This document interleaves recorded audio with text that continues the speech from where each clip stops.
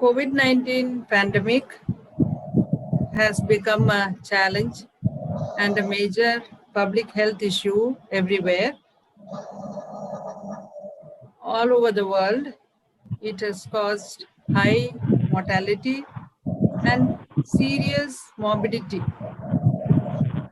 Now we are beginning the second wave of pandemic in India. It appears to be more serious than the previous one in terms of numbers. However, I must say something that we in India are particularly at an advantage than most countries in the world. It is because we have the Ayurvedic science solidly behind us, traditional Indian medicine, time tested, time honored, eminently capable of treating COVID-19 safely and effectively. Vaidyas all across India have been treating COVID-19 in the last 1 year, and there has been dedicated COVID centers housing mild and moderate COVID patients. They have successfully treated. Nobody deteriorated. We didn't hear of any mortality. However, there is a dominant view that mild and moderate COVID patients in any case recover. They don't need any treatment because it is self-limiting. And so Ayurvedic people are treating them. It is only those with comorbidities are at high risk for fatality. Now, this is only partly true because we have seen young people dying and also mild COVID becoming more serious. However, in this presentation, I would take on this question of high-risk patients and COVID-19 and sort of put it across how Ayurveda is very effective, the efficacy of Ayurveda, especially in treating comorbid patients for COVID-19. Now, can I see the...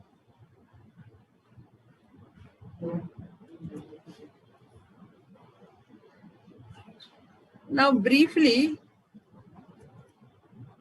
I would go over the modern allopathic approach to diseases and its approach to COVID-19.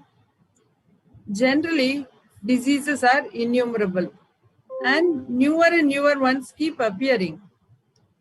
The allopathic or what is called biomedicine today, the approach is to create new vaccine and create tailor-made drugs with limited scope for each new disease. Now, this cannot be a viable strategy when we approach diseases. In recent years, we have seen a number of diseases, particularly of viral in origin, with no effective treatment at all. And this latest in this long line of diseases, COVID-19. Now, what is its approach to COVID-19? First of all, there is no proven medicine or no proven treatment protocol. Of course, there is supportive measures such as oxygen therapy, then this high flow nasal cannula, which is called HFNC, then ventilator support. Of course, all of them damage your lungs. The biggest lacuna is the inability to arrest the disease from progressing into a serious condition. Medicines such as remdesivir, HCQS, antibiotics, steroids, heparin, paracetamol, painkillers, zinc, ivermectin, vitamin C are not proven or relevant medicines for treating COVID-19. So the problem with Western medicine is it is relying solely on the self-limiting nature of the disease. Drugs such as dexamethasone, heparin, etc. cause serious side effects.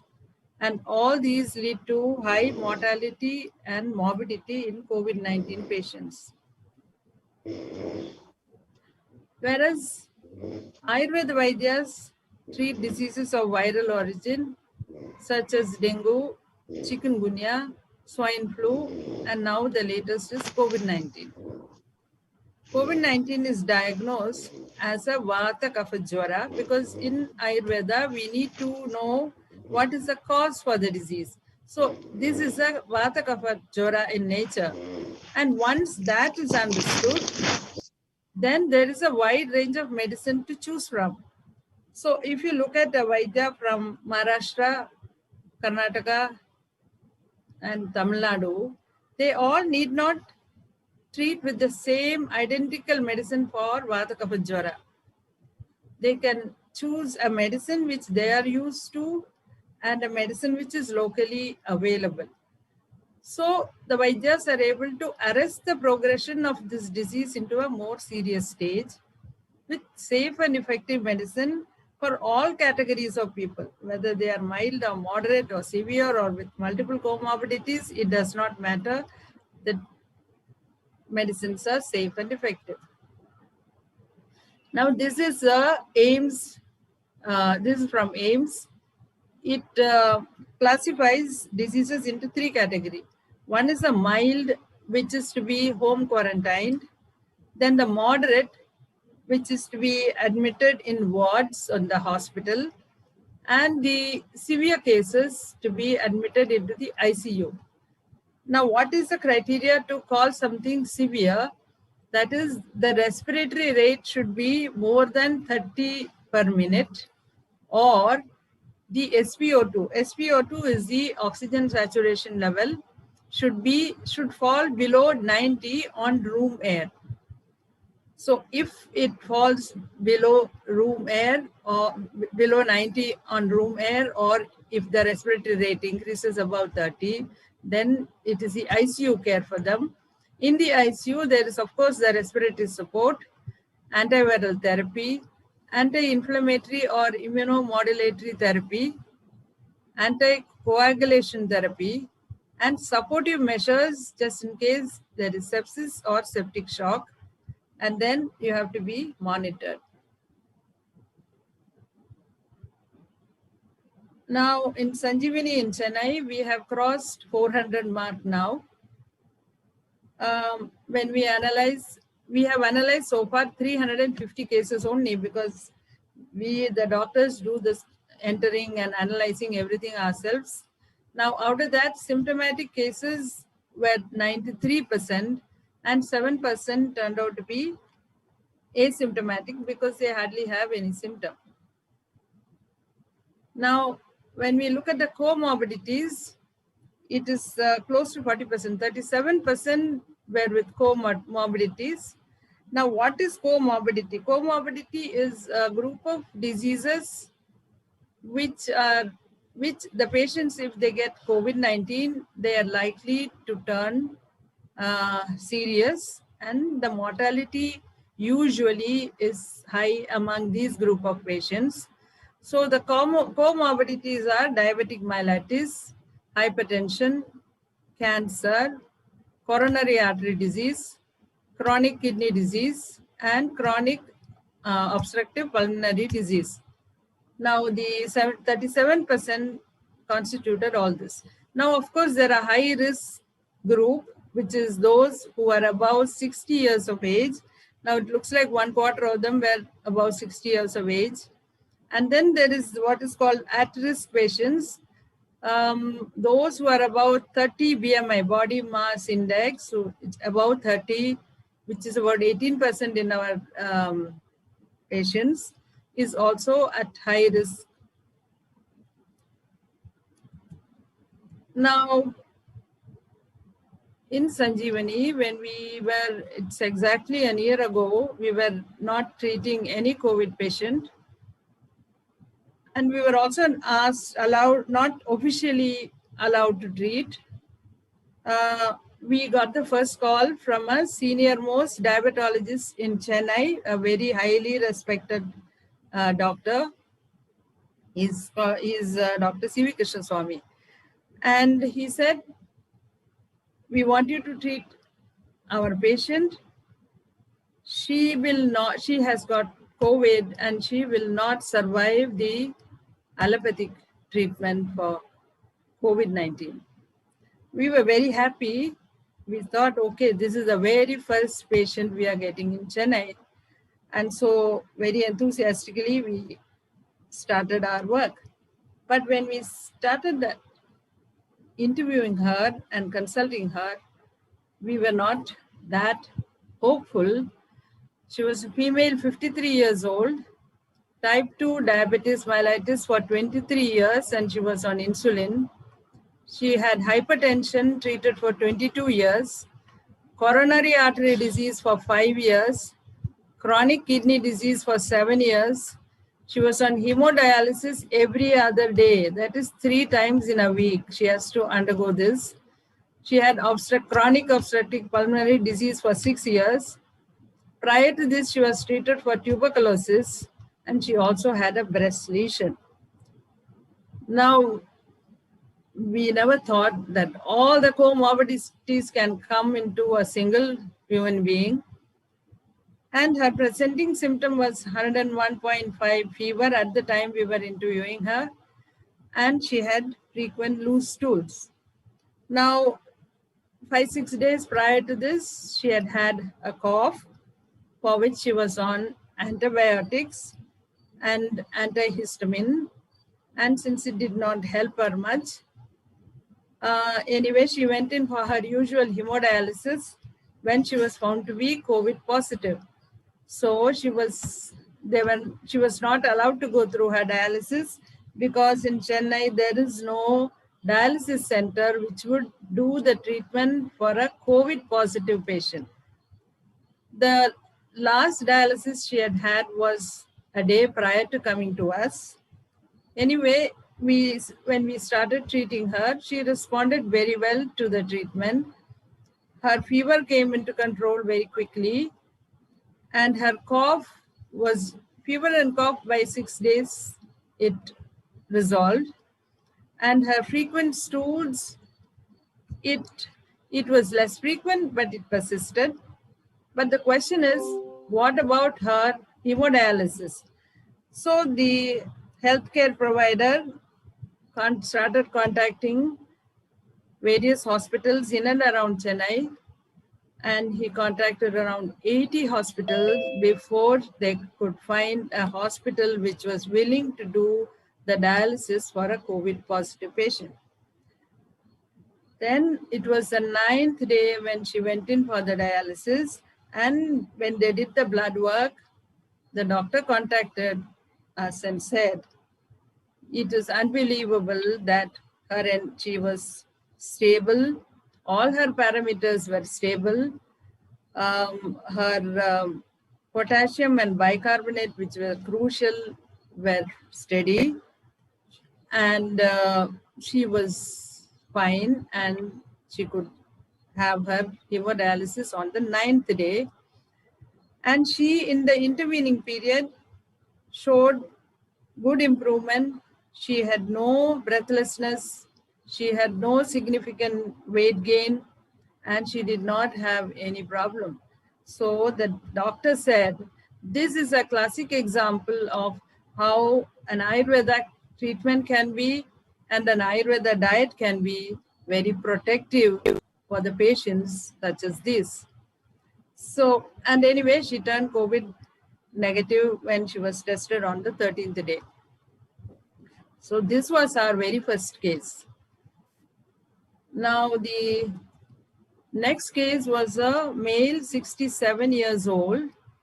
He was chronic obstructive pulmonary disease, and he had undergone angioplasty. Long-term medications included beta blockers, statin, etc. Now, 8 days prior to coming to us, he developed a cough for which antibiotics for a week, but it did not resolve the cough.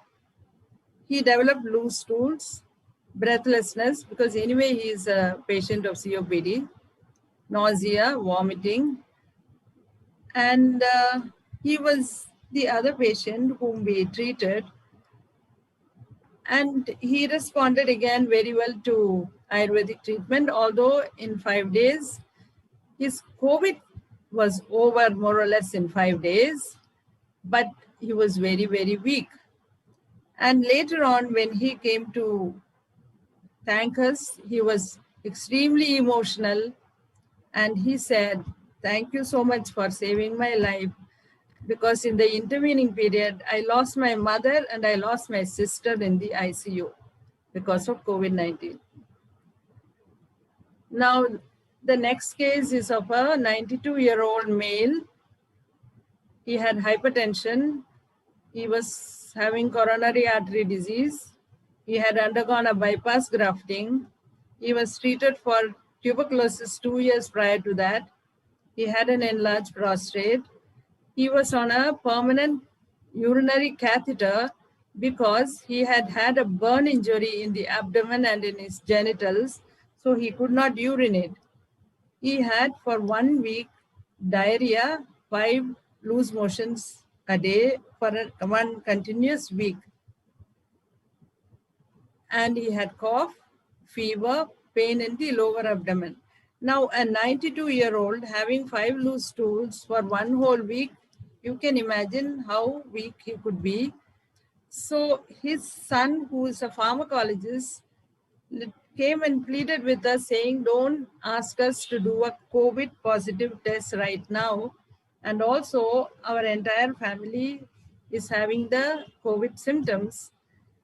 We would for sure, after the resolution of symptoms, we would do an antibody test, because he was afraid of dragging this 92-year-old man to a government hospital for treatment for COVID. Now, this again was a case where the treatment was quite safe and his loose stools improved within 24 hours and he became afebrile in 4 days. And by the 6th day, he was fully normal. And later when the result came, he tested reactive. Now, we have treated several cancer patients. She is one of them. She is type 2 diabetes mellitus for 10 years, and she was on insulin, hypertension for 10 years, and her cancer also was 10 years old. She had undergone mastectomy, chemo before and after mastectomy. Now, last year, May, when she came to us for treatment, she was undergoing radiation. She had completed 10 sittings when she tested COVID positive, and she had to discontinue her radiation. She had 103 fever, frequent cough once in 10 minutes. That more than the fever, what really bothered her was the relentless cough. She said, I barely get 10 minutes interval. I'm coughing all the time. There was loss of smell and taste, loss of appetite, body ache, headache, nasal secretion, weakness, just about all the symptoms for COVID. She was also a patient who responded well to Ayurvedic treatment. And in 6 days, her symptoms were very much under control. And then when we just sat back, she again developed fever. But this time, the fever, the fever was very different. She said, I don't feel feverish. I feel very well. I'm doing my chores regularly at home. But when I use it, when I put the temperature, it shows a slight low-grade fever. So this is what we call in Ayurveda Jeerna Jwaram.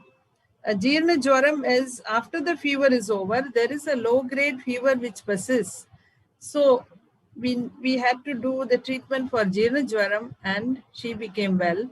So in this case, altogether it took about 13 days before she could be termed as fully recovered.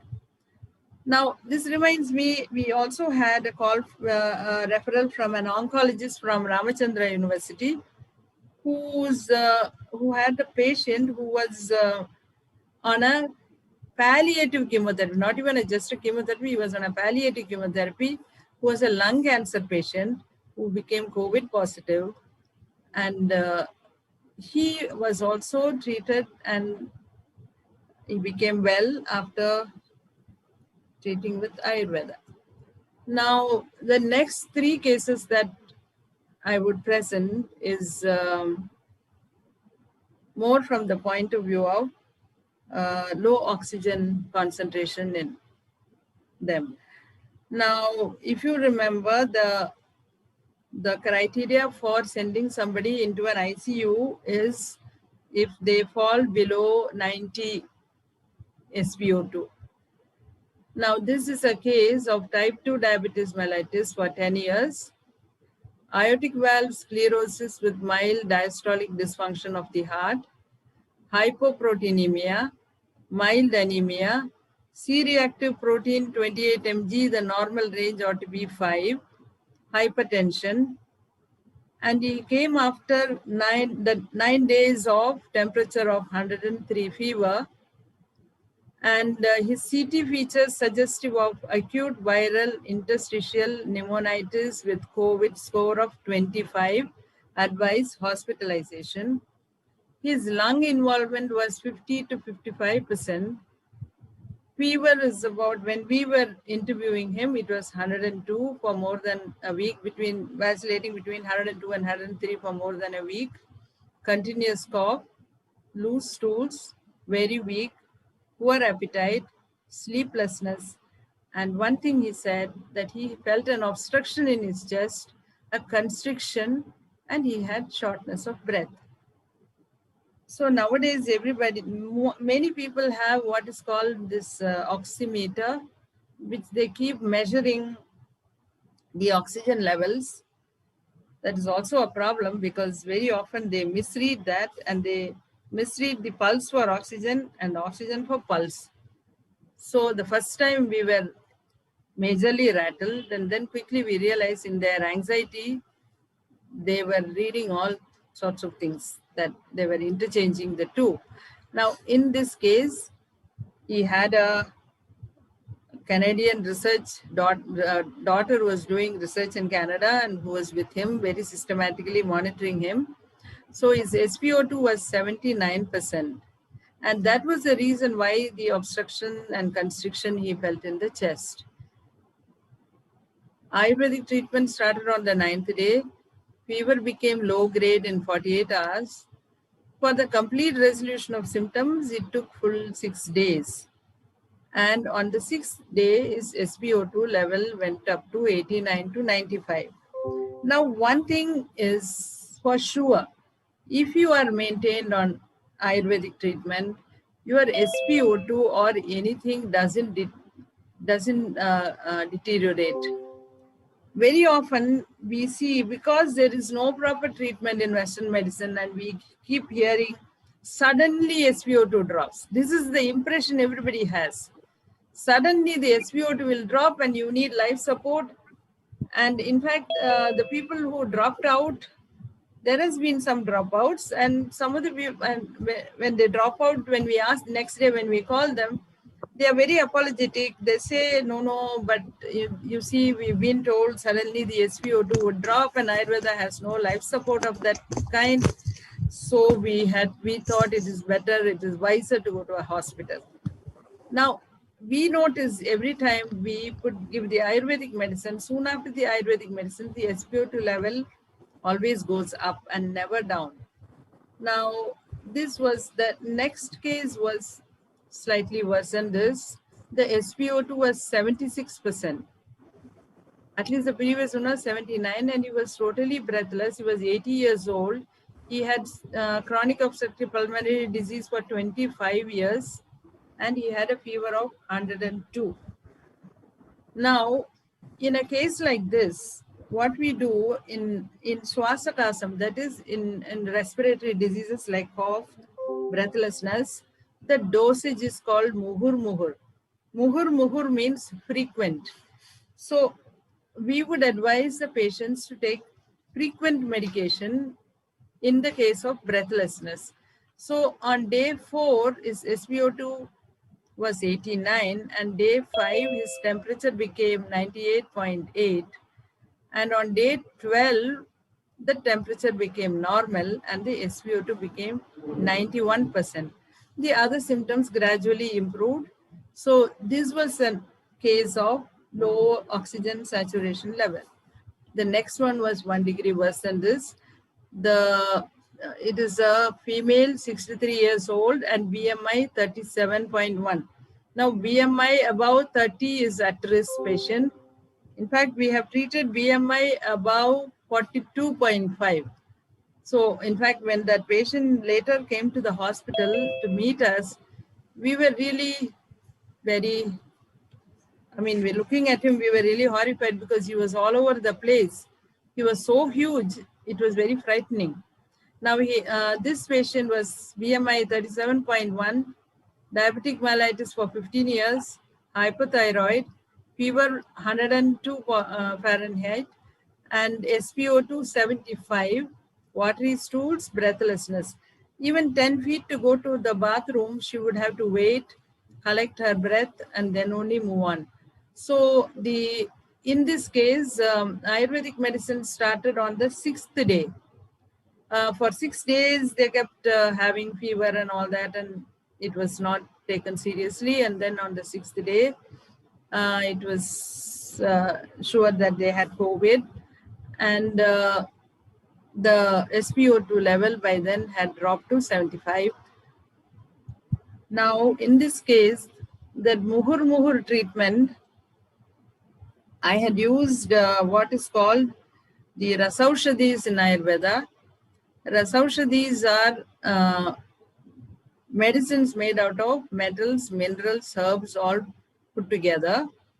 And the advantage of the Rasaushadhi is, it is first of all safe.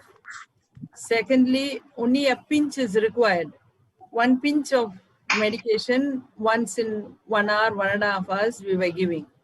Unlike kashayams and churnams and all that, which is larger in quantity, if we use the Rasaushadhis, it is in very, very minute quantity. So it is very easy for the patient. And so every 1 hour, 1.5 hours, the patient was using the Rasaushadhi, and she became all right. As far as temperature, etc. was concerned, she was fine on the 5th day. However, it took 13 days for her SpO2 level come to 90%. So these are examples of many of the comorbidities that we have treated safely, and so far we've had no mortality on our hands. Now, the results, if we look at, there has been no deterioration of any kind in any of the patients. The treatment and medication is safe, effective for all patients, whether they have comorbidities or whether they are high-risk patients or whether they are mild or moderate. Apart from no mortality, the resolution of symptom on an average took 6 to 7 days, and all the patients were treated as outpatients. Now, how did we manage this? Because first of all, Vata Kapha Jwaram doesn't become a deadly kind if it is treated properly. And by then we had a detailed treatment protocol issued by the Ayush Ministry, which was very, very elaborate and very well done. So we had a printout of that, which we would systematically fill up over the phone with the patient.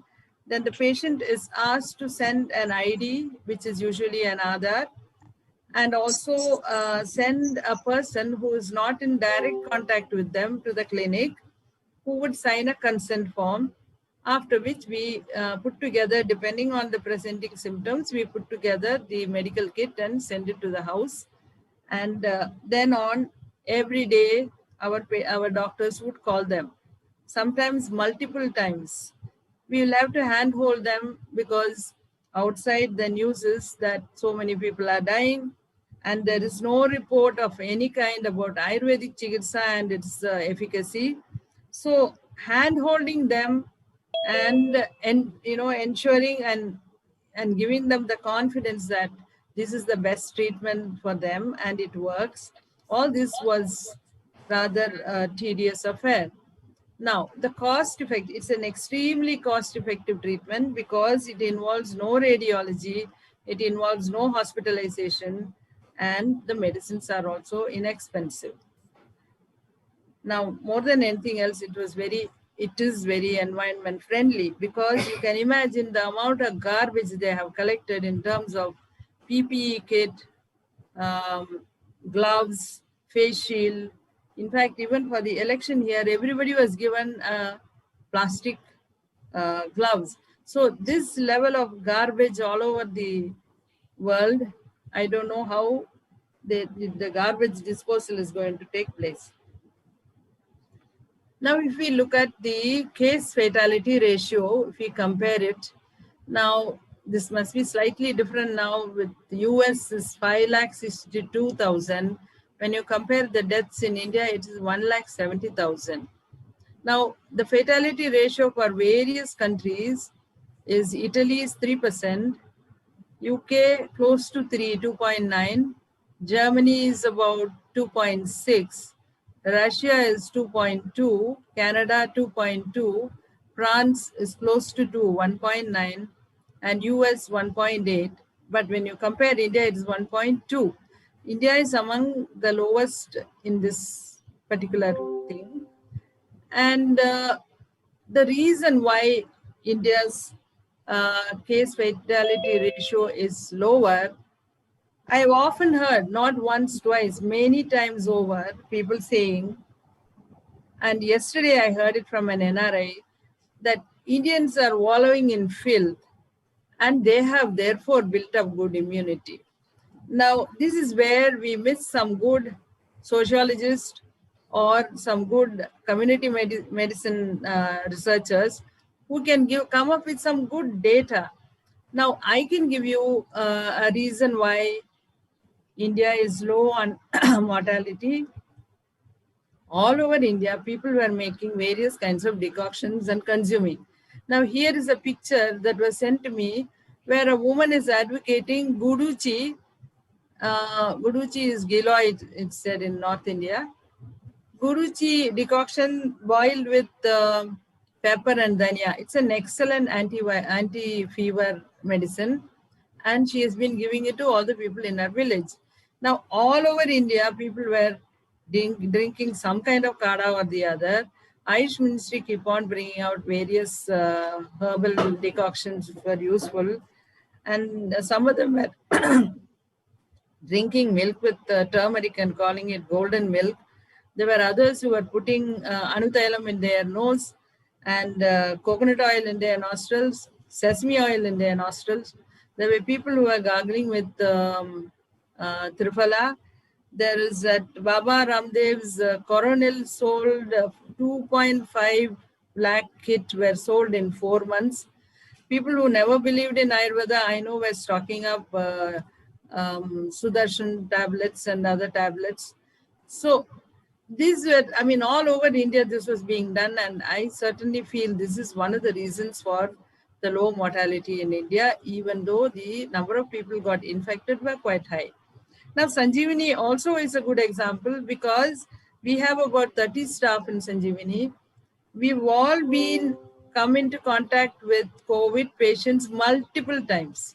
Some of our staff, their husbands turned COVID, sons turned COVID, but they did not get COVID simply because we had a protocol which some basic decoction and 2 tablets of Sudarshan. We were taking it systematically every day, even today for the last 1 year.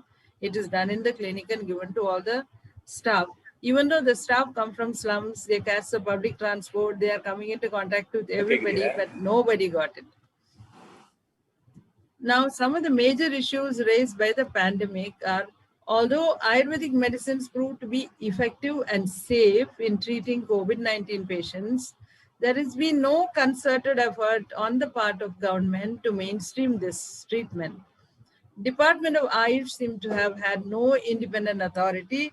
It was towing the official line that Ayurveda is good for immune boosting, and we cannot claim that we can cure COVID. Now, claiming only evidence-based medicine should be used, we found that all allopathic institutions use medicines which had no proven efficacy. And I certainly feel that had Ayurveda has been mainstreamed and all the Ayush practitioners, there are 4 lakh practitioners in India, if they were allowed to handle COVID-19, there might have been some deaths. I'm not saying no, but the death would have been a minuscule compared to what happened now. Now, I would end this presentation with just this one thing, that despite the fact that 2/3 of Indian population still depend on Ayurveda in some form or the other, the official government support in the budget for Ayurveda is 1 to 1.5% only. And an institution, AIIMS in Delhi, gets much bigger budget than the entire Ayush ministry. So you can imagine this, why Ayurveda is in this state and it is in this condition. Thank you very much.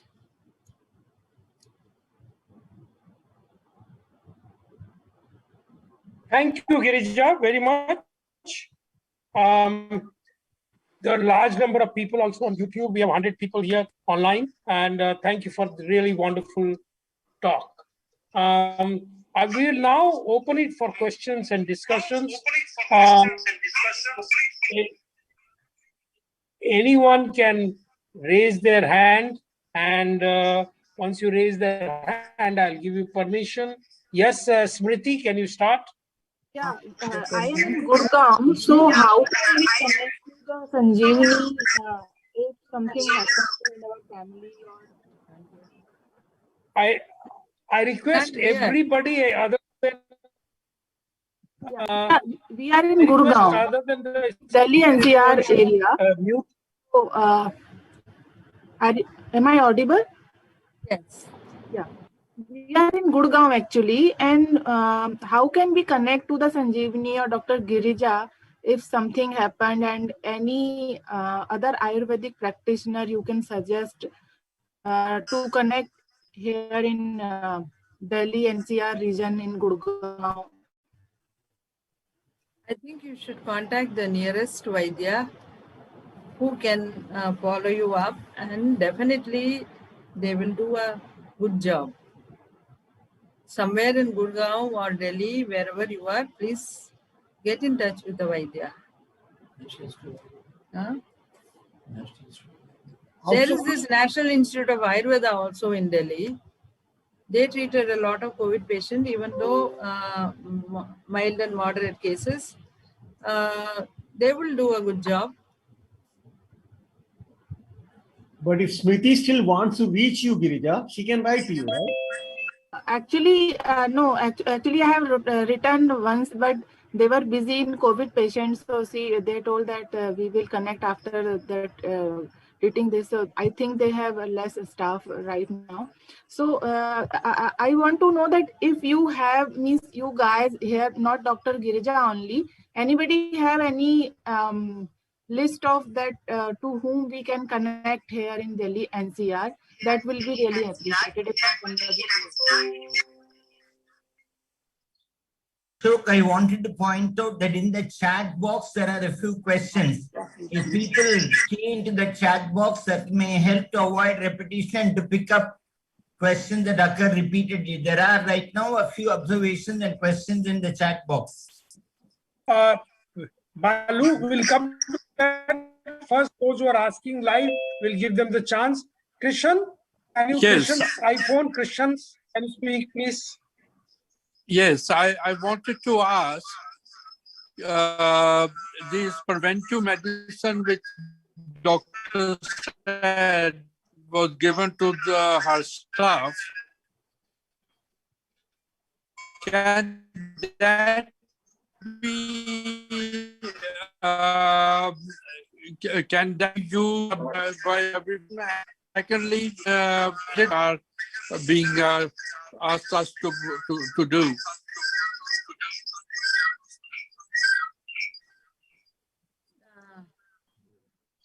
Namaste, Amlaji.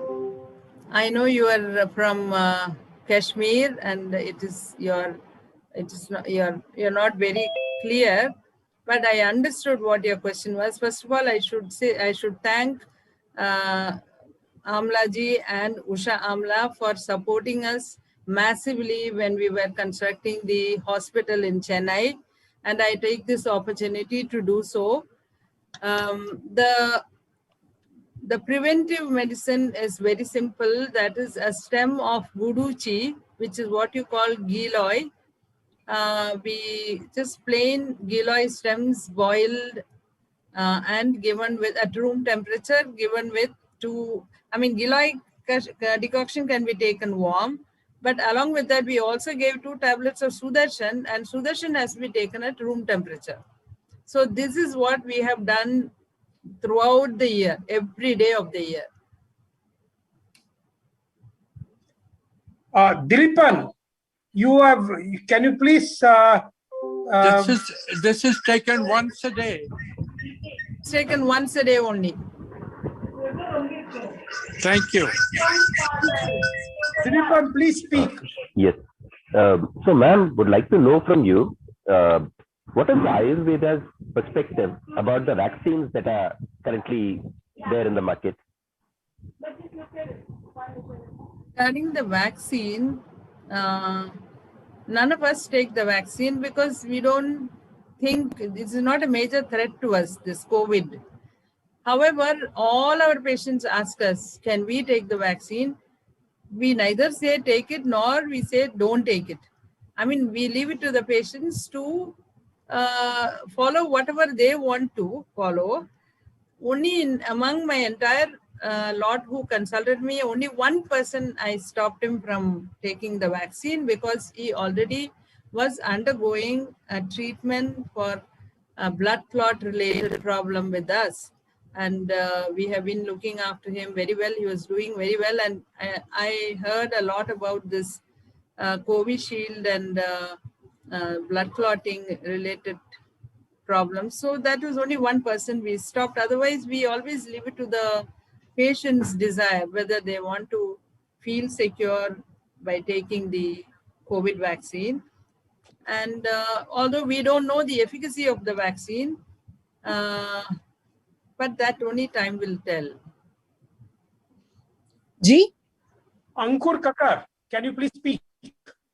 Thank you, Girijaji, for a wonderful talk. It was very nice to. Just switch off the mic. Hello? Yeah. Am I audible? Yes, Ankur, go ahead. Thank you, Girijaji, for a wonderful talk. I wanted to know what decoctions we can take as a precaution before COVID and if somebody gets COVID in both cases. With that? Decoctions. I mean, you're talking about some decoctions, right? You were saying we can take some decoctions. Could you mention a few decoctions which we can take before COVID and if somebody gets COVID after that? Now, before COVID, the guduchi, that is the giloy, is an excellent Girija, unmute yourself. In between the piping है वो भी to the best of understanding as per our discussion and control law adjustment वो सब किया है. अगर कुछ change करना है तो ऐसे हम पे नहीं कर पाएंगे. We have to sit with trying. We have to do. Girija's now she's back. She looks like her connection was getting bad, but she has answered this question that you could ask Sudarshan Khanvati could be taken every day. That is one thing she has answered this. In the meantime, Girija will come back. I'm trying to fill in for her. Yeah, am I audible? Yes, Girija. Now, why I say guduchi? Guduchi is an excellent herb. It is what we call doshaharam, which means whether it's vata, pitta, kapha, it works on all the doshas. and it is a Ramayanam. And also it is Jwaragnam, that is, it's very good for fever, and it is available in the wild all across India. Nobody need to spend a naya paisa on this if you can go somewhere out and collect this. So our poor people definitely live in the villages and areas where Guduchi grows. Only the urban people, for the urban people, it is difficult. We will have to depend on the market to give us. We'll have to buy it from them. So Guduchi is an excellent decoction which you can drink every day. Thank you. Thank you, Girija ji. Hello. Hello. Yes, go ahead. Yeah, in Chennai, where can we contact? Is there a place for Dr. Girija? Where is she situated? Or Girija? at Chennai, where do we contact the same organization at Chennai? When we get COVID or anything, where do we contact at Chennai? I understand. I'm trying to give you the answer. I think Girija is again. Ashok, what we can do, at the end of this, I will send the details of Girija's clinic Sure. to all of you. Sure. No. Can we not write down Girija's address or something, or email address now? Because we'll send it to everybody after the meeting is over. it will be difficult to send. I'm sending Girija's email address on the chat box, because people have joined from all over, Krishnan. You don't have everybody's email address. Hello, I have a question. Go ahead. I am from IMSC. My question, I have actually two questions. You said it takes about 6 to 7 days to recover after treatment. Are you able to hear me? Namaste. Yes, we can hear you. So, if I understand correctly, if I have listened to you and I have not made a mistake, you said that about 6 to 7 days it takes to symptoms to come down after the Ayurvedic, the treatment that you are giving. Do you have any idea generally what is the time that people take? Because there are many who also recover with allopathy or on their own. It's the time interval they take is much longer. I mean, we can certainly see that this, after taking this medicine, certainly it is a shorter period within which you recover. I understand the question. If I understand correctly, you said that it takes on an average 6 to 7 days. If you take this treatment that you have designed for COVID through Ayurveda, but if there are many people who recover who are not aware and have not taken this treatment, still recover, do you have an idea how much time it typically takes to recover without any treatment? Because there are many who recover just like that. Right. Now, 6 to 7 days, because in fact, there are large number of patients who get well sooner. But the average becomes 6 to 7 days because there will be 1 or 2 patients. In fact, the ones I have shown here, one of them took 13 days, another one took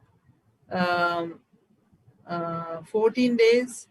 Then there was that one patient who took a longer time, because initially they would take a negative test, or sometimes the entire weakness to go away, it takes time. So, but average, when you take the average, fever, it comes to 6 to 7 days.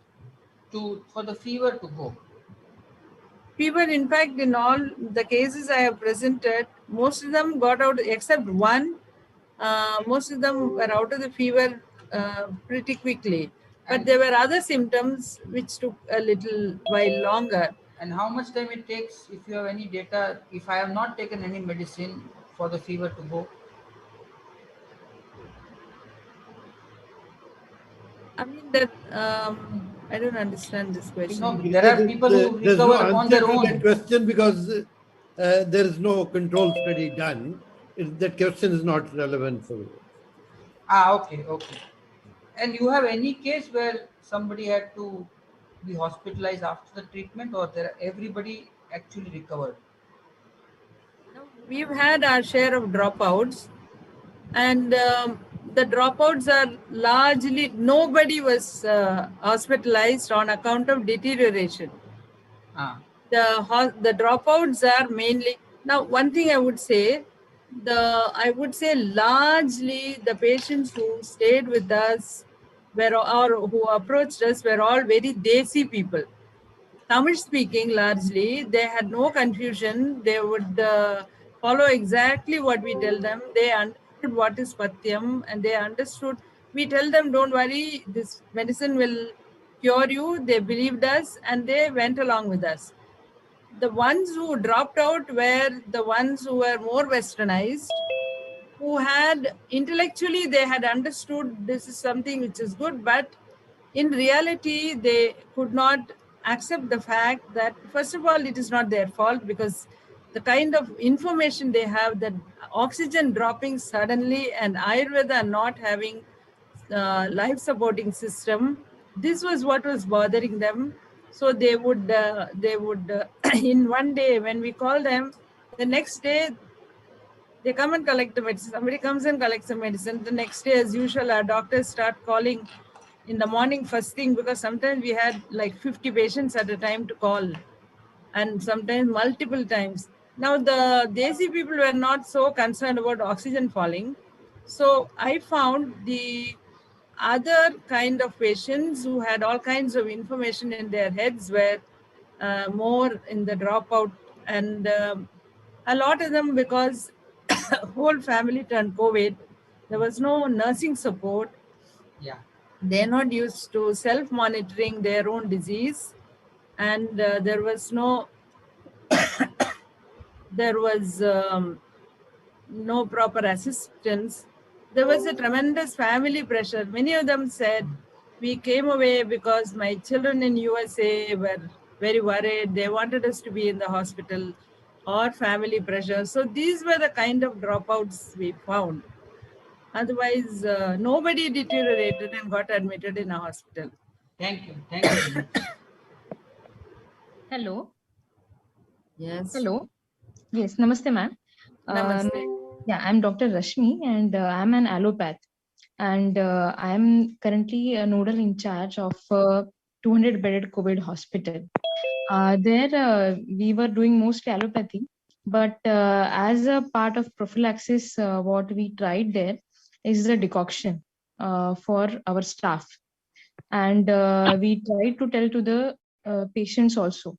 But as far as I remember, because I am allopath and I'm not expert in the Ayurveda field, many were complaining that this kada, which we generally make using dalchini, kali mirch, sunt, that was causing, they were saying heat. I mean, they had more of the acidity problems, or the piles problems and other things. So can you, because it's about doshas, so can you bit elaborate on this topic, that what can be done better to make this for prophylaxis? That is the reason why, you see, dalchini is cinnamon, na?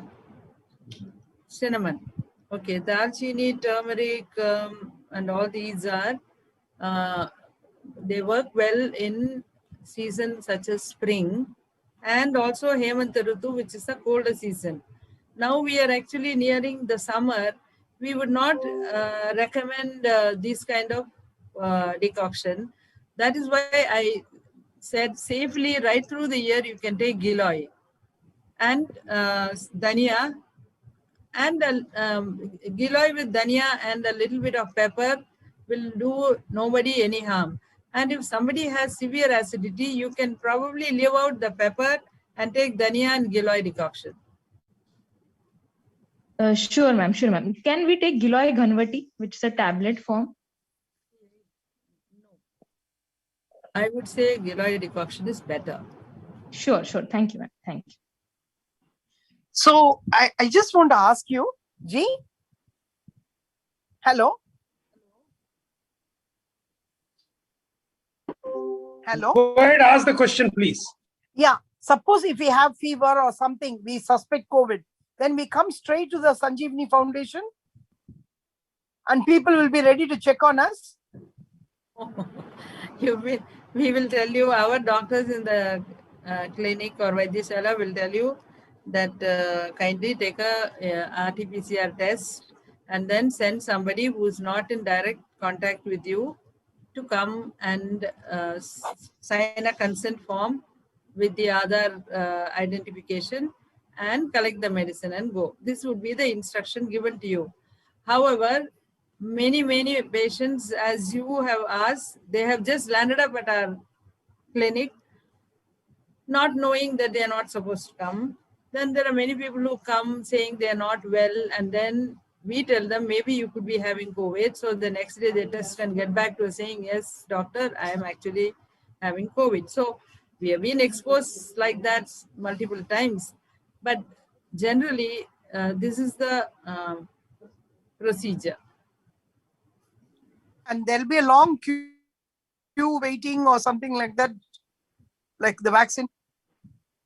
No, nothing like that. We take some appointment and then we only accommodate as many as we can in a day. We don't make people wait long queues and all that. Okay, there is a question, Girija, on the chat. Siddha doctors diagnosed COVID as Kapha Suram and advocated Kabasura Kudinir in Tamil Nadu. Does classification as Kapha Suram by Siddha or Kapha Vata Suram by Ayurveda make a difference to the treatment and outcome of the treatment? All Kapasura Kudinir because it, but if you look at the ingredients, it will act on Kapham and Vayu. So it is, I mean, name could be Kapasura Kudinir and ingredients are also similar to what we may call, say, Bharangyadi Kashayam. And there will be 2 extra ingredients in that. But Siddha uses the same medication as Ayurveda. It is a Tamil, I would say they would say everything in Tamil. Now, Giloy in North and Sanskrit, it is called Guduchi. We call it Guduchi. In Tamil, they call Sindal Kodi. So, they also talk about Vata Pitta Kapha. They're not talking about something else. So as long as you have the same disease-causing factors as Vata, Pitta and Kapha, then it can't be different signs. Girija, there is another message. Can a person who is COVID positive undergoing the allopathy treatment in hospital with below 90% SpO2 switch to Ayurveda treatment with you? There is a question, can a person who is COVID positive undergoing the allopathy treatment in hospital and below 90% SpO2 switch to Ayurveda treatment with you?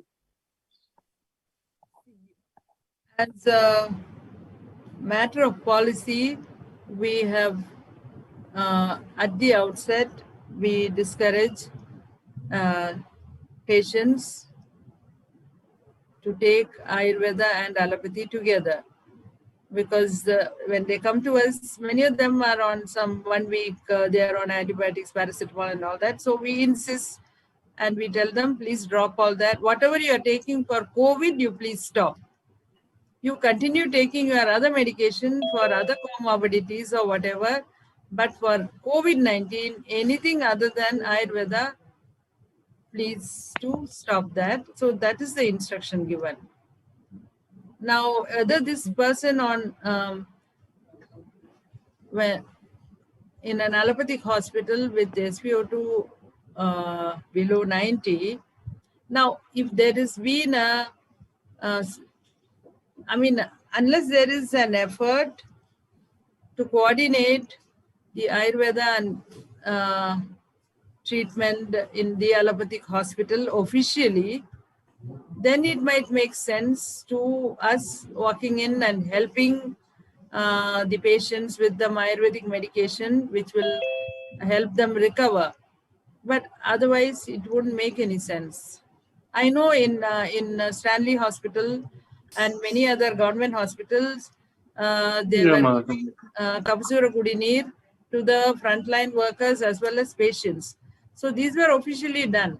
Or they could have a procedure where Ayurveda doctors can be recruited officially to come and help out the patients who are having difficulty to recover. Namaste, madam. Hello. Go ahead. Ask. Madam, can you please elaborate on the Rasa Aushadhis which you have used in the emergency situation? Some of the Rasaushadhis, they're all familiar Rasaushadhis. One is Swasagutta Ras. Then we use Abragavasmam, Siddhamagarandvaja, then Yashti, then Sringavasmam, which is not a Rasaushadhi, Pravala Panchamritam, which is also a mantra. So for Rasaushadam, we have actually this Murmuhu dosage. We use it only in these two patients, and now otherwise this Aushadhi we don't use.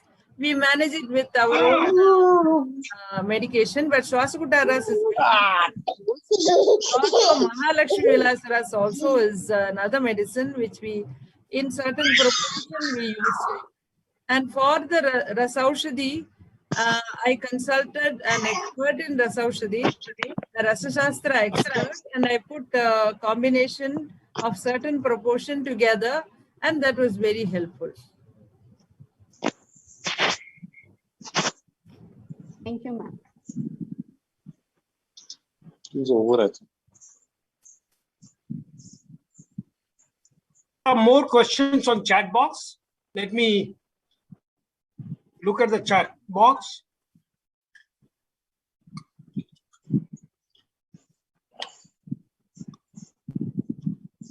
IIT Madras organized it. We are just providing the link, nothing else. It is PPST Foundation which is organized.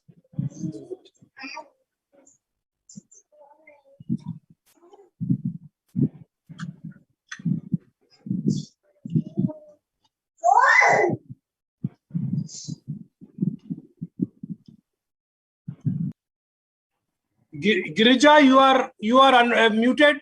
Please unmute yourself. And there is a question: what is causing the sudden oxygen drop in patients who are otherwise asymptomatic? Am I audible? Yes. Now I have asymptomatic patients. Mostly, they don't even know. Sometimes they are having COVID. And I have not heard of totally asymptomatic patients and their oxygen dropping, which means what is oxygen dropping? Oxygen dropping is not our category. What is the symptom? Is the patient developing kasam, which is cough, or swasam, or respiratory trouble, which means they are no longer asymptomatic, they are getting to be symptomatic. So we need to treat them quickly.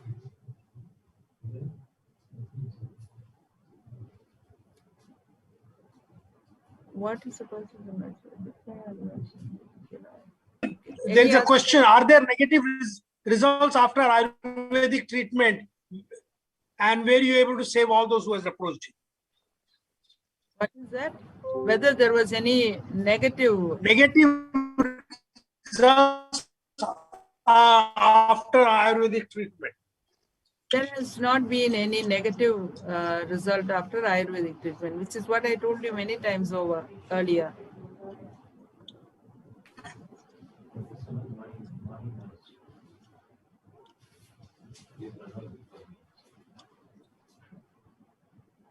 Apart from medication, anything else? Excuse me, somebody is speaking but not audible.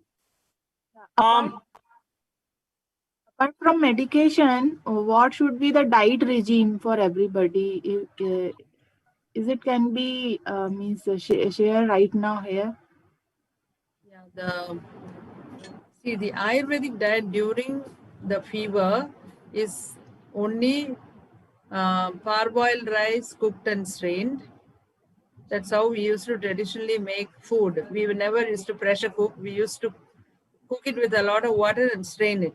So the rice and moong dal and boiled vegetable, just add pepper, dhania and jeera to it, crushed pepper, dhania and jeera. Once the fever drops, then we introduce milk and ghee in their diet. And once they are fully recovered, we give a second prescription for recuperation after the COVID-19, which consists of some rasayana medication, so that there is no weakness or any other kind of emaciation in the patients. Very often they find it difficult to follow a dietary regimen because they are used to, the first thing in Chennai, people are on a lot of Thair Sadam, which is curd rice. So that is the first thing we tell them to stop. Then they are used to taking coffee and tea and all kinds of small eats in between. Can we eat that? Half the time goes on negotiating with the patients about their diet. But the diet is most crucial because an easy to digest diet always help you recover sooner. And the minute your fever is down, then we are introducing milk, ghee, etc. to them. And those who are non-vegetarian, we tell them to take fat-free meat soup.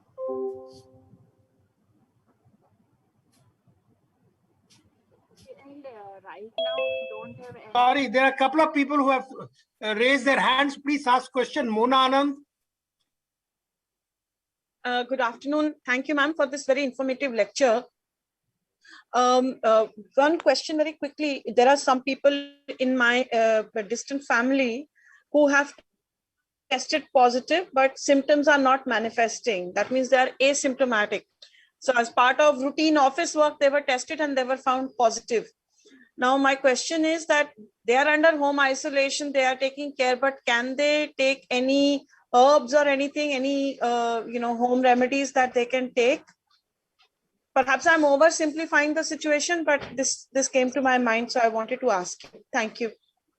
As long as they are testing COVID positive, for anybody else who is not COVID positive, you can give 100 suggestions. But if they are testing COVID positive, they may be initially asymptomatic. They may also get away with the asymptomatic and they will become all right. But there could be sometimes they can develop symptoms. So once you test COVID positive, it is better to officially consult the Vaidyas and take treatment from them so that they monitor you till you are all right and make sure that nothing goes wrong. Yes, ma'am, with the situation worsening in Delhi, no beds, no doctors available for treatment. People are just, doing their own thing at home. So I agree with you. It has to be taken seriously, but I just thought any things that we can do at home. You can please contact that All India Institute of Medical Science. All India Ayurveda Institute of Medical Science.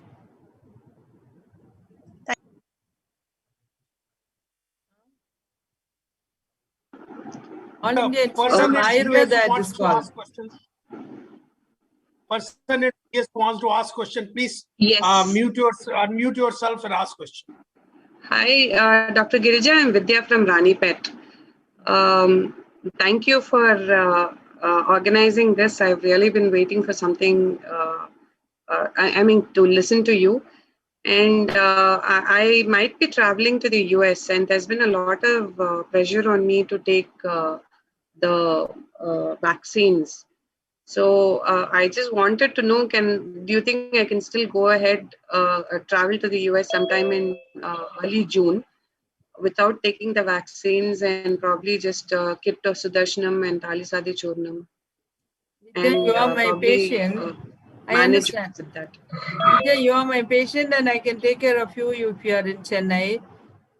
My first advice is not to travel, and least of all to USA, and you are so far away and you cannot take a chance with Darshan with you. For some reason, if you need help, we are not close to you. So if you want to take vaccine, you please take vaccine. But even after taking the vaccine, you may still contract COVID. But we are told that the COVID which you contract after the vaccine may be milder, which I hope it is. So my advice is nobody travels to US or anywhere right now. Thank you, Doctor. Is there anyone else who has a question? Girija, we are doing Anutailam and Triphala gargling and Sudarshan Churnam. Should we add this Guduchi Kashayam also? We are all right. Just Anutailam alone is Anutailam and Triphala gargle alone is sufficient. But please eat a sensible diet. Don't go on consuming this curd rice if you are in Chennai and things like that, where you easily become prone to getting the disease, or your chest gets congested very quickly with curd rice building up phlegm inside. Thanks.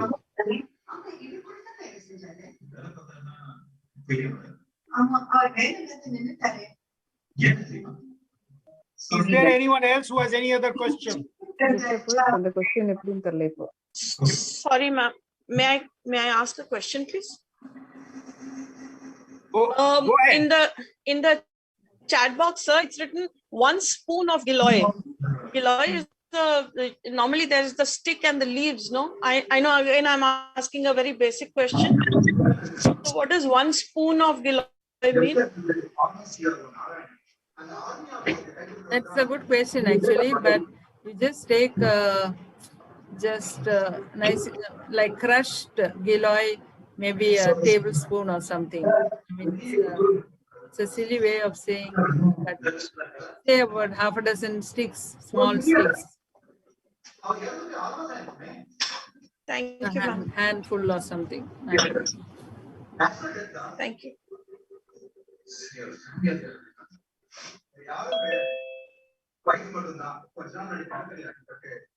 Is there any other question? Anyone else has a question?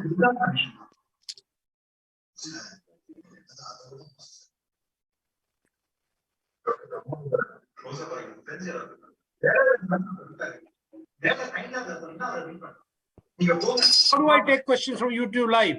I think somebody has to. We cannot take questions. YouTube is not interactive session. We cannot take questions from YouTube Live. I think one of you have to probably. Are there questions on YouTube Live? Oh, maybe I can try to do that. I can see if there is in the YouTube Live there is a question. There are questions in the chat box. Chat box, I think almost all of them have been answered. If not, I've just posted one. You just posted one. Can you please? Yeah, Praveen, can you ask the question, please? Hello, Dr. Girija. Lovely listening to your talk. I just wanted to find out that apart from the other treatments like medication and the kashayams and all that, what about breathing exercises? If one is doing pranayama, can one continue, or do you recommend any breathing exercises along with the therapy? Breathing exercises and so on, we don't recommend while they are suffering from fever and cough and all that. Okay. But I'm sure breathing exercises in general are very useful. And post-COVID, definitely it is a very effective thing to do. Right. Okay, thank you.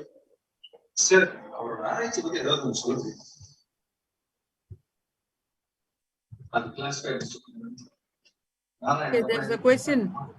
It appears that every person with COVID did not get exactly the same set of drugs, diet plan, etc. Okay. Now, true, for a mild COVID patient, we would give some mild medicine. Like I know so many of my patients who said, I had COVID and I took some Talisari Sudarshan and I was all right. My patients are used to getting treated with Ayurveda, and so mild symptoms, there are many patients who have got themselves treated even on their own. Now, more serious cases, we would definitely include more serious medication. Then if there are comorbidities, now Talisadi may not be what we would give to a diabetic patient. We would prefer some other medication. So like that, depending on the comorbidity, depending on the seriousness of the disease, different medicines would be put together. And that is the reason why there is no side effect ever in Ayurvedic. Unless you give wrong medication, then that is a different thing. That is a part of the Vaidya. But if you take into consideration Desham, Kalam, Balam, Prakriti, digestion, etc. If somebody who has a diarrhea, we would avoid a medication with the Haritaki in it. So like that, because it is, this is the advantage of getting treated with Ayurveda, even in any situation, that we could choose the medicine to suit the patient. Okay. Start video. Girija, there is a question from Preeta Kannan. Did you have to do research to create original formulation for this new disease, COVID, or did the ancient text provide the exact formulations already? There is no research required. You need to only search.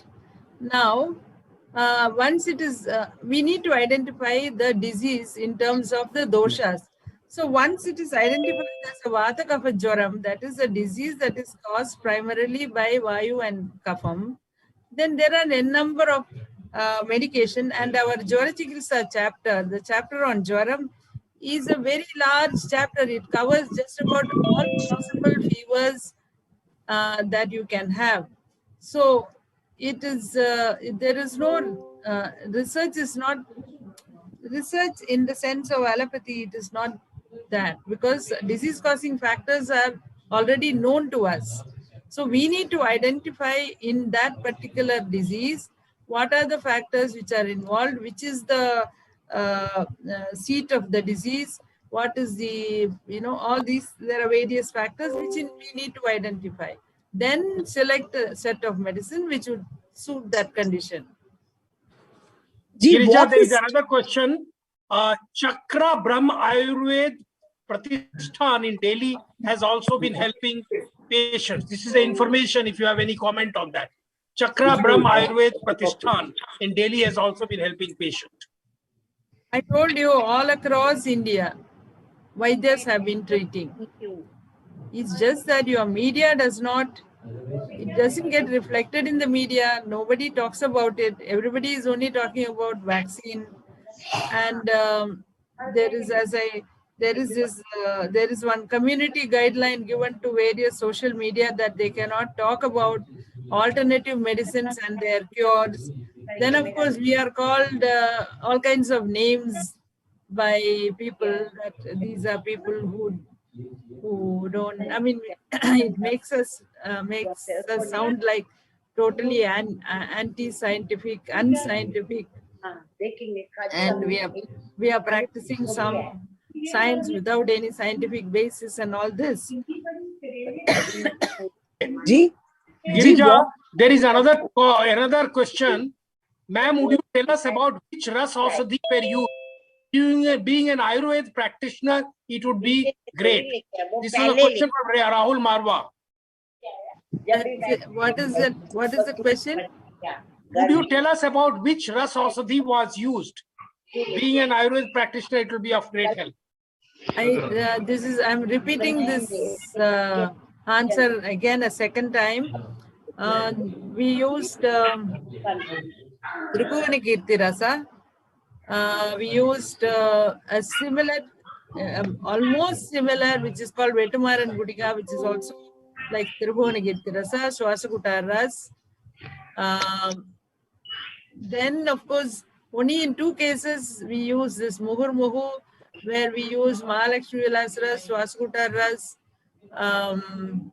Siddhamagaradhwaj, and then Abraga Basmam, and we sort of mixed it with Yashti Madhu and Sitofaladi, and in proportion Makarandhwaj. So you can choose something and in certain proportion and make the administration possible.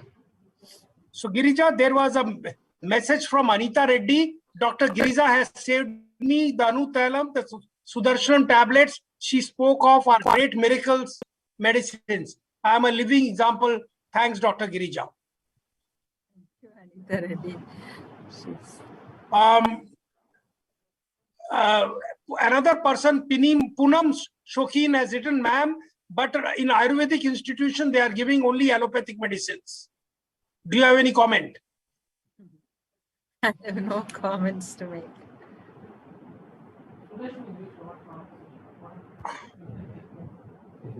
There is another question. One Ayurvedic doctor was treating COVID-19 using Vishama Jwaratanka Lahua and Swas Kasa Chintamani. What is Dr. Girija's opinion? See, it doesn't matter what I think. Did the doctor find good result is what is important.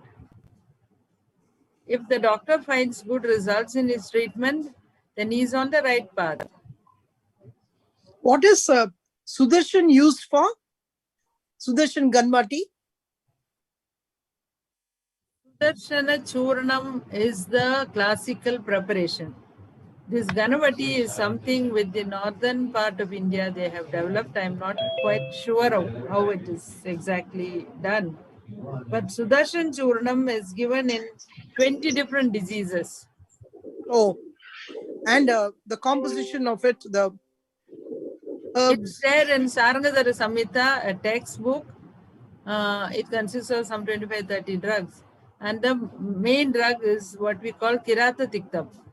No. And Kirata Tiktam is it is really now not available. In fact, Kirata Tiktam is the main ingredient in even in Kapsura Kudinir and many others. So now we use some substitute. Okay. Which is similar in property. Madam, what Girija, 1 second, please. There was a question that repeatedly comes up. A pregnant woman, can she take Giloy and Sudarshan? Giloy, there is, a pregnant woman, if she is having COVID, is that the question? Well, I think even as a precaution, can she take that? A pregnant woman. A pregnant mother should, the diet of the pregnant mother is such that there is no, it's a good diet. It will, but I think a pregnant mother should definitely consult a Vaidya. Depending on the intensity of the problem, a group of medicines can be put together for her, which will be very safe for her.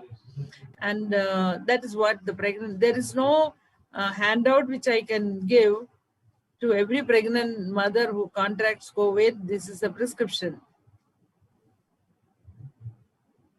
Okay, there was another question, Girija, that after recovery from COVID, what precaution and medication do you suggest? Now, we give a variety of Rasayana medication. Indukanta Ghritam is one, Amrita Prasha Ghritam we may give, Brihachagaladhya we may give, Agastya Rasayanam we may give. There are many, many Rasayana medication which we usually give for, and Dashmula Arishtam is something which we may give. Perhaps maybe we would avoid Dashmula Arishtam in summer, but there are a lot of these medicines we usually prescribe to all our COVID patients after post-COVID. There was someone who was asking a question. I had prevented her. Satyashri Jayaraman, can you please ask your question? Yeah. I just want to ask you, this is a kind of allergy, always the cough, smoke, any udubati or anything for that matter, or ice cold thing. Everything is a lot of cough. Is there any medicine for that? On a regular basis, I can take? It is not, Ayurveda is not just medicine based. Somebody has to sit with you, understand what exactly is happening. Why is it certain things are triggering and precipitating a respiratory kind of a complaint in you, and then guide you and give you medication. Okay. So I come to the foundation. Vasantini had a question. Can Vasantini ask question, please?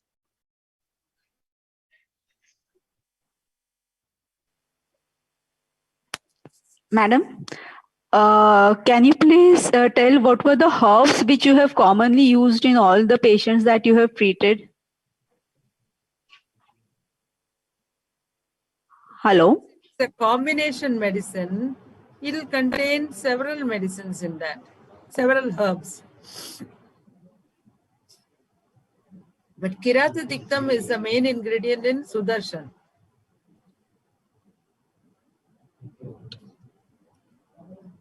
Bajal, did you want to ask a question? No, I have no question. Only Kiratidikta, she mentioned Chirayata in the north, because many will know Chirayata. So. Are there any other question here? I have some more from the YouTube channel. I'll go to that, but are there questions here?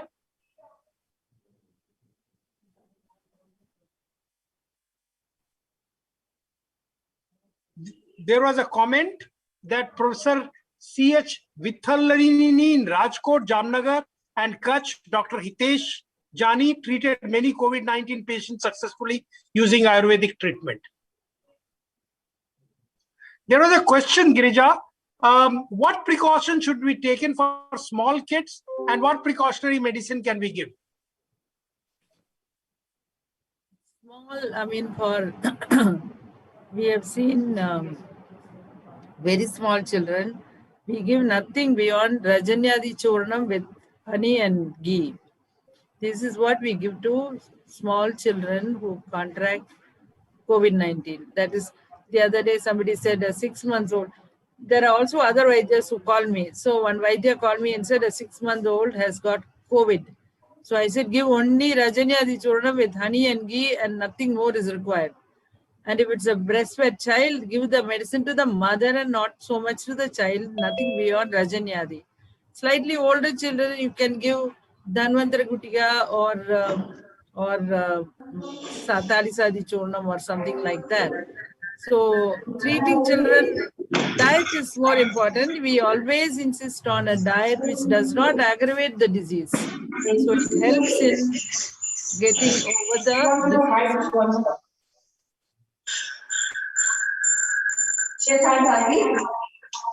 Please, those who are not speaking, please keep yourself in mute. I'm seeing several people in the background. There is another question, Girija. Tribhuvan Kirti Ras, Vettu Raman Gutika, Swastha Kurta Rasa, Lakshmi Bilas Rasa, Siddham Kardvaja Rasaudhi used in specific proportion. What proportion should it be used? Now, the question is coming from Vaidya. Yes. Probably. Then that I could speak to the Vaidya separately and I could give him the proportion that we have used. And anyway, I use this only in 2 patients who had that very low SpO2 of 75. Otherwise, I didn't use it in any other person. Okay. Gee, what about Are there any other questions? Is there any other milk? question? Ashwagandha, does it prevent COVID? That's a good medicine. Ashwagandha in milk? Ashwagandha in milk, is it? Ashwagandha Yeah. or Ashwagandha? Ashwagandha is just plain Ashwagandha single herb. Ashwagandha is a combination which we use in milk for malnourished children and all that. Post-COVID, we can give Ashwagandha. So, I mean, I think the best thing is to go to a nearest Vaidya and get their help. Get used to, actually, if you get used to the Ayurveda and Ayurvedic way of life, it is effortless to survive. Yeah. And it is not as only when you are ill, there is so much of restriction on diet and all that is there. But otherwise, you just mind the season, and the season is called Rutu. And Dinacharya is a daily regimen. You eat well and live well, and mostly you will be not into any trouble. And then you practice some asana, pranayama, all this. You can have a good life, free of diseases. And despite that, we may fall sick, and we have what is called congenital hereditary then environment, all these factors are there, and in which case we need to get treated, whatever may be the signs. Are there any other questions? I have been wanting to clarify. Please go ahead. Giloy, which we grow, has stem and leaves. So should we just use the stem? You said that it should be dried and then boiled later. And what about the leaves? And also the Sudarshan Churan, what time of the day is it advised to have it?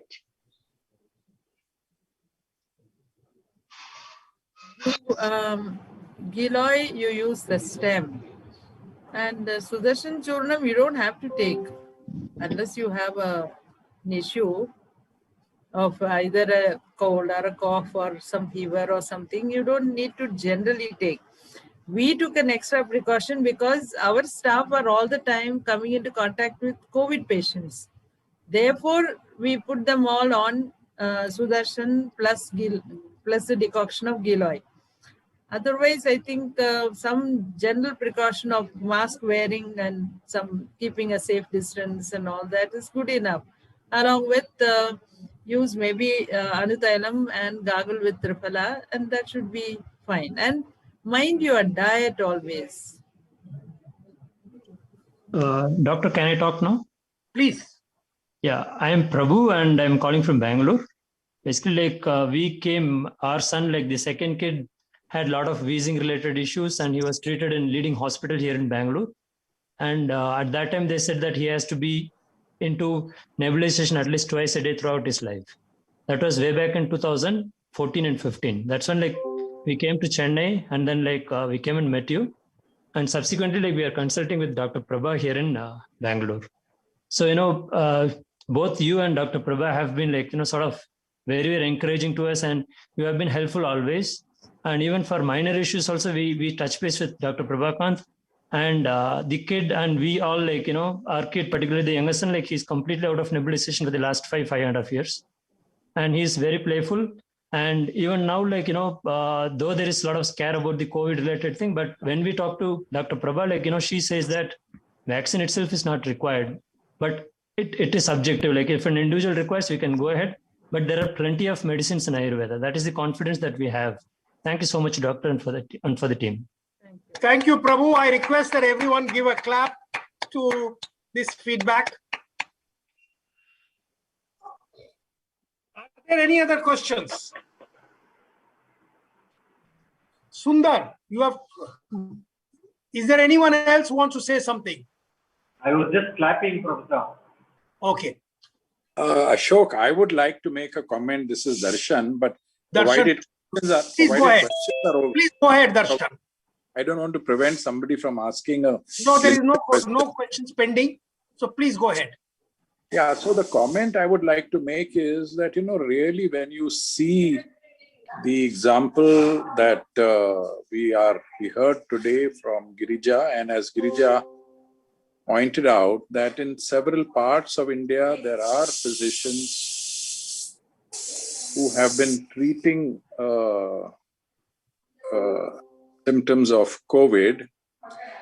Now, the comment I'm making is that it appears internationally, globally, that COVID has been... Getting no sound.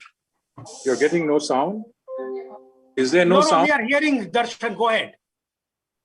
It has been declared internationally, globally, that COVID is a viral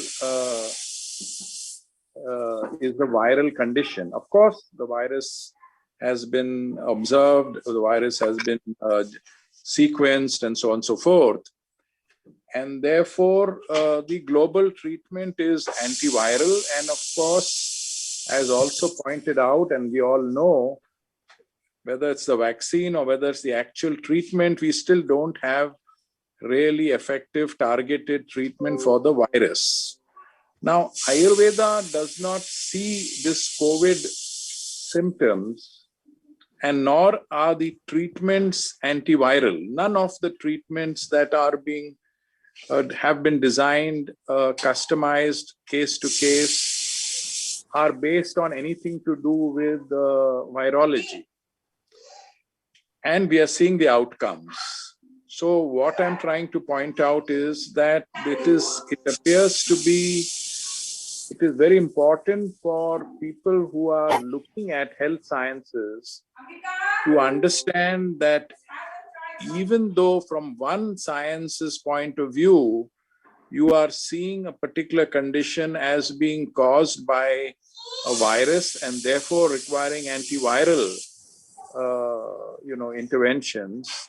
From another health science point of view, there is no requirement to look at the virus as the causative agent, and you are looking at what that perhaps virus is doing to the systemic imbalances that appear in a patient, and you're treating it not arbitrarily, you're treating it with very careful diagnosis based on another theory altogether, dosh vichar, etc., and are getting good results. So the comment I'm making is that it is very important for policy makers or anyone involved in health science field to understand that there could be several ways in which one can deal with a health condition. And it is intolerance. It is intolerance and perhaps politics of medicine that is leading to a situation where the majority of citizens globally are told that the only way to deal with this is this antiviral approach, which is, of course, the antiviral drugs as well as the vaccine and so on and so forth. So that's the comment I'm making. I don't know whether I have been heard or no. I mean, whether you were able to hear me or no. So I'm saying there's a great need to question, the whole area of health sciences and the monopolization of our understanding of health problems from a single perspective. Was I heard? Hello? Yes, yes. Very clearly, Darshan. Very clearly. I heard quite clearly. Is there any other question anyone has? This Giloy and other medicine should be taken in empty stomach, or it should be taken after food? Take it on an empty stomach. Okay. I think we have no other question, Girija. First of all, thank you for an absolutely wonderful talk. A very large number of people, or people who are associated with PPST, people who are otherwise interested in COVID, has heard this. About 100 people we could accommodate on this. On YouTube, we have another 120, 130 people. You have raised a very, very important issues of what you have done over last year on COVID, but also only you mentioned what the way the Ayurveda has been treated by all the government organizations and others, and the way, even though a very large number of people in the country continue to depend on Ayurveda, it is recognized, the government recognizes it only for the namesake. You mentioned in terms of budget, you mentioned in terms of the way they did not allow you to treat patient. They don't consult you in all these policies. When we have a major crisis, by and large, the Ayurvedic practitioners have not been consulted. I think this is an important issue. This is a live tradition. There are several other parts of tradition of India which are doing reasonably well and would have really served our nation much better. This is very much a live tradition. And I think what we need to do, PPST needs to do, is to kind of create a group where we get some Ayurveda practitioners together on maybe in this time on this kind of medium, Zoom medium, have regular meeting and try to create a group to sort of figure out how to, over the next 10 years, how does one make Ayurveda treated in the country, by the government of the country, at least equal to the allopathy. I think this is the kind of goal that we need to set up. Girija has worked all her life. She has treated large number, 1 or 2 people mentioned. Many of us have been treated by her, and we all know the value of Ayurveda, partly because of her, partly because of course, other Ayurvedic practitioners also. And I think this is very important. And I request Girija and the other Ayurvedic practitioners out here, some of them to take a lead in this and help us do that. I pretty much will end today's meeting unless there is some quick remark. Krishnan, do you want to make some remarks?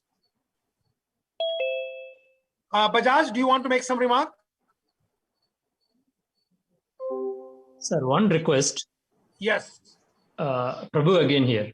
See, like in remote parts, see, I am here in Bangalore, and fortunately, like we have Dr. Prabhakant for us to support, and in case, even Dr. Girija also, in terms of the medicine availability. But these medicines mostly, like it is not available in Tier 2 and in remote areas.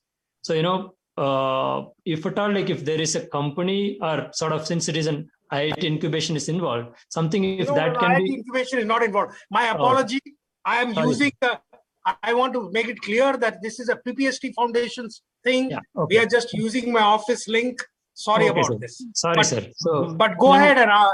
Yeah, probably like, if the PPST Foundation, if it takes it up in terms of the logistics, that should really like, help out people in remote areas and in particularly in Tier 2 and village areas.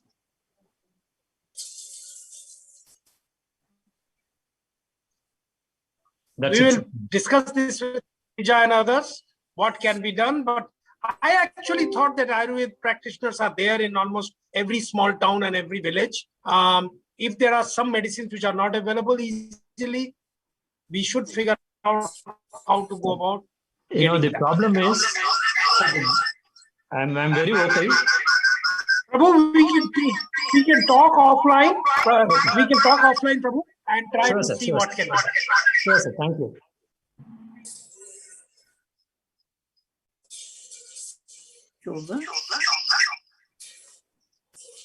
Thank you very much. Thank you very much, Doctor, and very much for moderating this session. There is a part of our country that is Kashmir. We do not have anybody to give advice on the Ayurvedic treatment. The nearest place we can get the medicine is Delhi. Anyway, but we will welcome anybody who sets up a shop over here. I think it is also possible to do delivery today with couriers and all that. I think we should discuss that separately. What we like to do is like a strong group of Ayurvedic practitioners who could drive this whole program going forward. And my apology that more than 100 people could not be accommodated on the link. But of course, the YouTube, which got delayed a bit, but finally it was broadcasted. That link will be there. You can always watch the whole program later on also. Okay, Girija, if with your permission, can I wind this program up? Namaste, namaste. Thank you. Namaste. Thank you, Girija, Mukundam, Thank you very and much, everyone. Dr. Saab. Thank you very much. Mr. Amlaji and Usha, thank you Thank very you. much for Thank your you help very you have much. extended to all of us, Thank especially you. to Sanjeevani. I take this opportunity to thank Please, you. please. No, Thank you. thanks to you. What you mentioned is nothing as compared to what you did for Usha. You saved her life.